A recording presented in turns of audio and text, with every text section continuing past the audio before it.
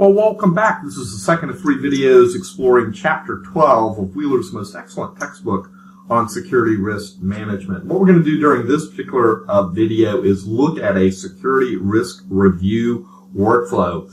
So we're picking up right where we left off. We talked about security risk reviews as being this kind of gap analysis. Now we're going to do an organizational-wide gap analysis. So we're going to go through, build a schedule, distribute a questionnaire, figure out what problems we've got, use those findings to create some tasks that we're going to have to address, do some quality findings based on those tasks, give it a final rating, do some planning, and then some remediation, and we start all over again. It's just one cycle.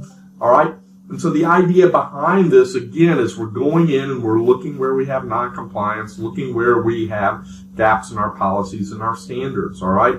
It happens based on the sensitivity of the resources. So you probably want to be looking at those high sensitivity resources every year, moderate sensitivity resources every 2 years, and who knows, maybe those low sensitivity resources every 5 years. But we're going to spend some time digging into each of these particular phases so that you're comfortable with implementing a security risk review workflow.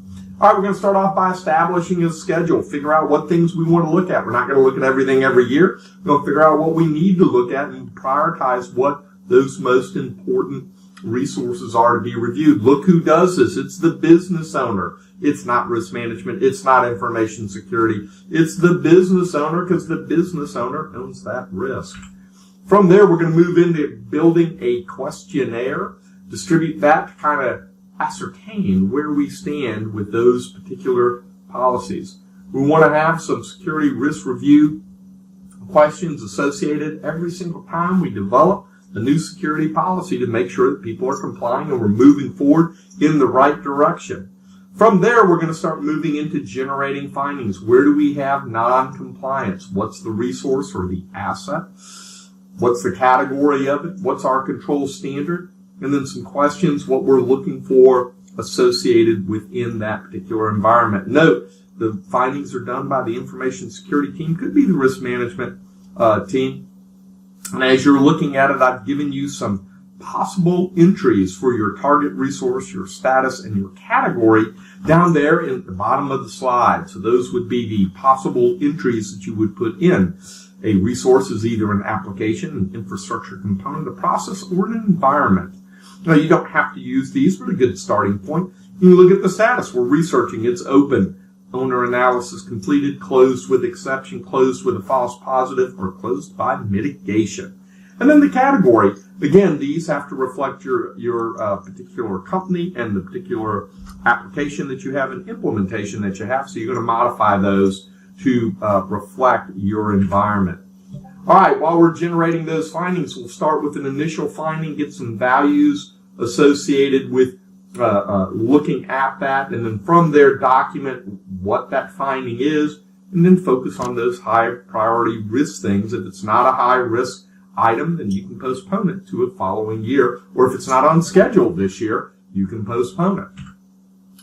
From there, we move into creating some tasks. So we're going to go back to the owner, try to understand the risk for the organization, look at the remaining risk and identify, are there any existing mitigating or compensating controls that would lower that residual risk to an acceptable level. Again, as we're doing that, we've got to rate the exposure.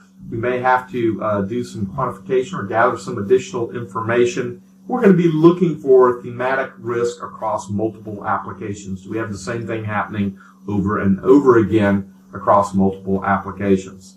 From there, we go in and try to quantify that particular risk, and you're trying to look at all of the particular controls, all of the contributing factors that may increase or decrease likelihood or contain or expand the scope of a particular exposure associated with that security risk review. From there, you're going in and you're doing your final findings. All right, and here you can see one of those particular findings associated where they're not going in and looking at the integrity of an information resource patches, such as using a one-way cryptographic hash to ensure that whatever patch you're applying has not been altered or corrupted. Because if I'm attacking an organization, one of the best ways to attack it is alter a patch and then allow you to do all my work and patch all of your machines to include some additional vulnerabilities. All right, here's another one that's a little bit more detailed, right? Note what we're doing. We've still got an integrity issue, but there's a lot more detail. Where are they getting it from? Well, they're getting it in this case from the AIX servers. They're thoroughly tested in dev and quality assurance before being installed in production. That's going to limit likelihood, right? Because we're testing it. We're doing it in two different environments, and we're only getting it from one particular source. All right? And so is all the risk eliminated? No, it's not, but it's reduced. So you can see the difference between those ratings and how this second rating actually quantifies it a great deal in a much better way. All right, that final rating, we've got to look at lowering the severity or decreasing the likelihood, and you see the mechanisms there of doing that. So for lowering the severity, you're trying to control or contain the effect of that particular vulnerability.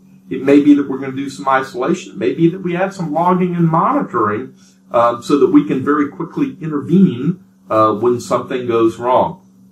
Maybe that we build it into our incident response or disaster recovery plans.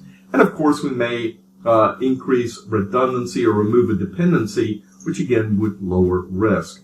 You also, or at least the severity of a particular risk, you can also decrease the likelihood of something happening by making it more difficult, decreasing where you can actually get to it. So if you got one file that you're trying to protect, if you make it where only one computer in the world with one IP can get to it, you have decreased the threat surface. Doesn't mean that it's a perfect defense, but you have decreased the threat surface. And you can also decrease the attractiveness of the target by making it very hard to get to and to engage with it. All right, we've done that final rating. We're now moving into planning. So what are we going to do? Are we going to accept this risk? Are we going to remediate this risk, or are we going to mitigate this risk? And so as we're looking at those, we'll come up with some plans, monitor that status, and if necessary, issue a risk exception. Notice this is done jointly by the security and business owner. That then, as we're doing that, you're going to consider that this has been successful if A, we have an exception request approved, or B, we've got a plan to mitigate those controls, or C, we've done the vulnerability fix. So all three of those mean that we've addressed that risk and lowered the risk to so that the residual risk is at an acceptable level. All right, as you're doing these types of things, you want to prioritize those findings and assets, okay? So we're going to focus on those critical and high security risks that are out there. Use questions to get that default rating, then tailor it. And as you can see, you want to go back and actually use a little bit of judgment to make sure that you're getting the right result out of this. That final rating, you're going to spend a bit of time looking at it to make sure that you've got everything that you need in place to pull this off. Indications that you've got a high-risk areas when you keep seeing the same issue over and over and over again. If there's an easy, low-cost mitigating control, you probably want to put it out there. It means somebody else is dealing with it. If there's a single mitigating control that's going to address multiple risks, boy, that sounds pretty good too. Indications of